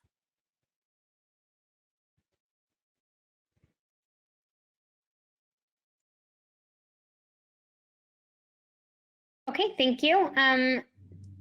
Does the commission have any opinions on that?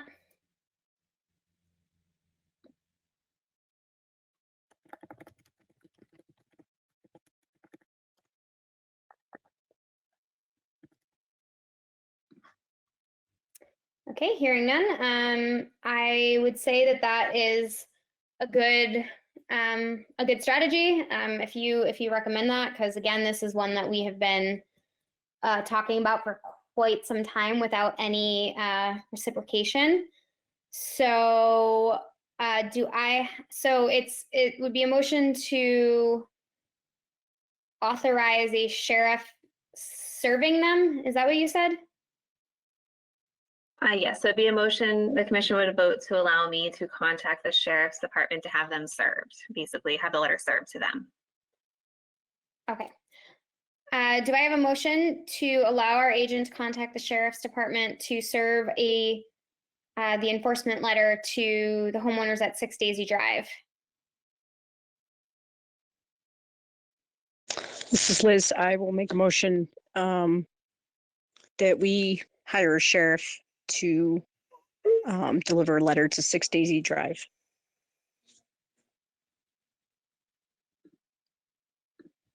Okay, do I have a second? This is Jeffrey going in. I'll second. Thanks, Jeffrey.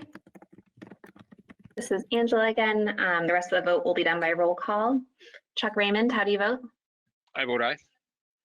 Perfect. And Chairwoman Amanda Lansing, how do you vote? I vote aye.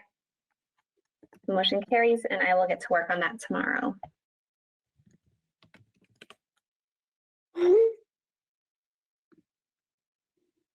Okay, perfect. Thank you. Next enforcement up, 519 Pleasant Street. Hi, this is Angela Chbesky, the conservation agent for the city of Leominster. I was contacted by Mr. Gonzalez. He did receive the enforcement order. The enforcement order did have a deadline of December 1st to have the plans submitted to our office. So that's where we are with that one at this time. Okay, great. Thank you. Moving on to 40 and 42 Francis Street. Hi, this is Angela here again. That was just left on from the last meeting due to the old order of conditions that is left open on the deed. So the commission does not need to take any action on this, as we did agree with Hannigan Engineering earlier in the meeting to allow them to file the COC for the next meeting.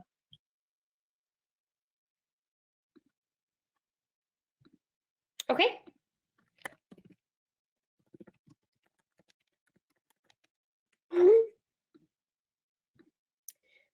So then moving on to emergency certifications, 19 Willow Street. So this is Angela Chbesky once again. If the commission remembers, we did all of these emergency certifications are from the microburst that Leominster experienced a few weeks ago. At 19 Willow Street, they do have a wetland behind the fence on their property, and a tree did fall. It destroyed their fence as well as their playset there. So I did issue an emergency certification for them to drop the remaining tree that was hanging, as well as there was 2 other trees that were damaged in the process, and repair the fence and place that as necessary. They are hand removing the logs that are being dropped. And actually, I believe the work has already been completed. They just need to finish repairing the fence and the swing set.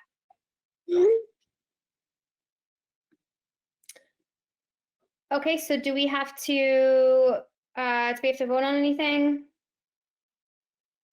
This is Angela again. Yes, we need to vote to ratify the emergency certification that I issued.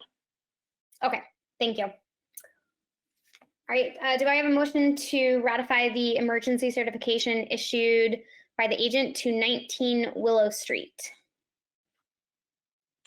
This is Liz. I make a motion to ratify the emergency cert issued to 19 Willow Street. Thank you. Do I have a second? This is Jeffrey Goin, and I'll second. Thank you, Jeffrey. This is Angela. The rest of the vote will be done by roll call. Chuck Raymond, how do you vote? I vote aye. Right, and Chairwoman Amanda Lansing, how do you vote? I vote aye. Perfect, so the motion carries and the emergency certification has been ratified. So for the next lot is 446 Grant Street. A tree was uprooted on the property and it fell over, and I believe they are on the call. So basically, I did issue an emergency certification for them to cut up the tree, and then they also would like to amend that so that they are able to remove the stump. They did submit a removal plan to the office, which I agree with. So I would support the commission ratifying the emergency certification for the tree removal as well as the stump removal for the site. They would like to fill it in and possibly plant a new tree in the spring.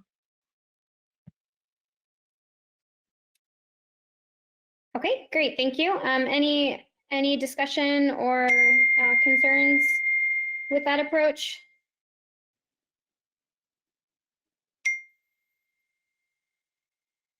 Okay, hearing none, do I have a motion to ratify the emergency certification issued to 446 Grant Street?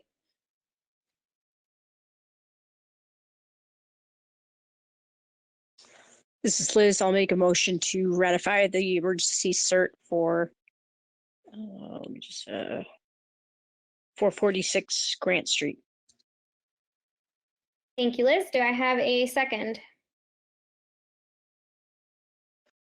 This is Chuck Raymond. I'll make that second that motion. Sorry about that. Thanks, Chuck. This is Angela once again. The rest of the vote will be done by roll call. Jeffrey Goin, how do you vote? I vote aye. Perfect, and Chairwoman Amanda Lansing, how do you vote? Oh, aye. All right, so the motion carries and the emergency certification has been ratified.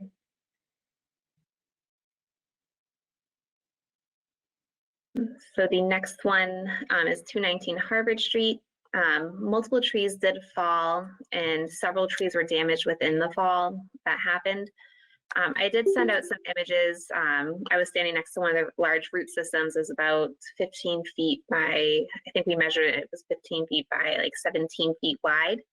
These trees did fall. They did damage the roof of the home, as well as they put other trees in that area at risk of falling.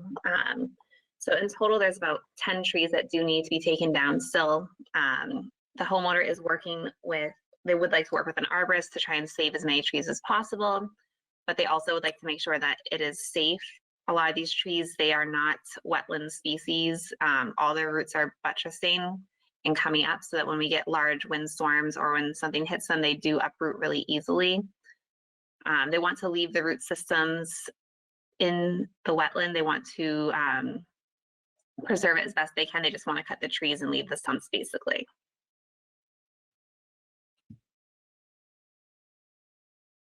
This is Amanda Lansing.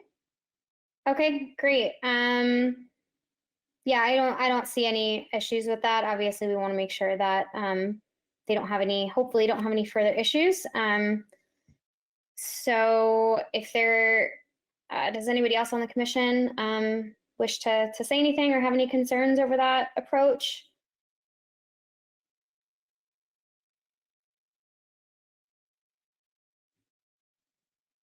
Okay, and this is, I'm sorry, Angela, we're ratifying this one as well, right? You've already issued it? Correct. And I just want the commission, I have worked with this homeowner several times over the past 2 years, just on different exempt activity projects on their property. They really want to make sure that they do everything right.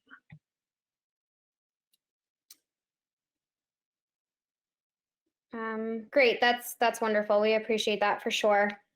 So do I have a motion then to ratify the emergency certification issued to 219 Harvard Street? This is Jeffrey Goin, and I'll make a motion to ratify the emergency cert issued to 219 Harvard Street. Great, thanks, Jeffrey. Do I have a second? This is Liz, I'll second. Thanks, Liz. And this is Angela Chevesky once again. The rest of the vote will be done by roll call. Chuck Raymond, how do you vote? I vote aye. Thank you. And Chairwoman Amanda Lansing, how do you vote? I vote aye.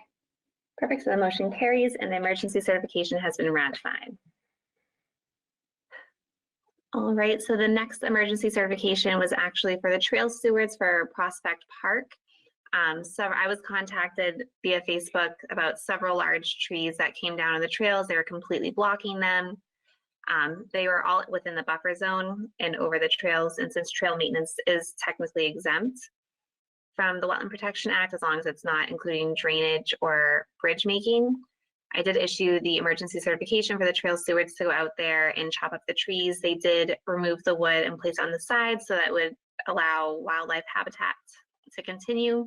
The trails are completely clear now. They did it within, I think within 48 hours of the complaint being issued. So this is just once again to ratify the emergency certification to allow them to do that work.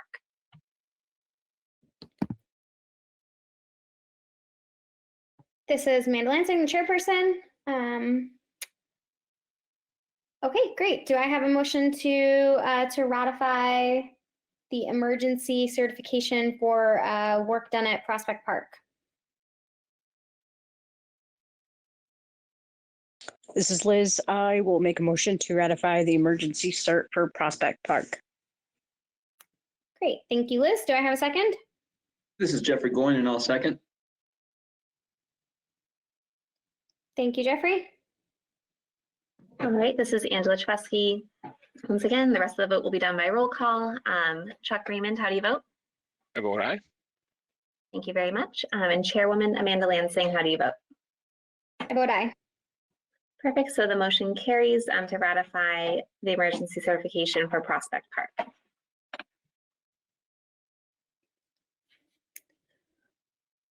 All right, it looks like we don't have any budget updates. Our next meeting will be held on Tuesday, November 24th, and the deadline was this past Friday, November 6th. And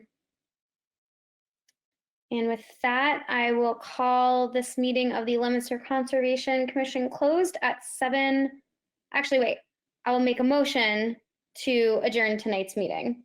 Do I have a motion to adjourn tonight's meeting? This is Liz. I'll make a motion to adjourn tonight's meeting. Great. Thanks, Liz. Do I have a second?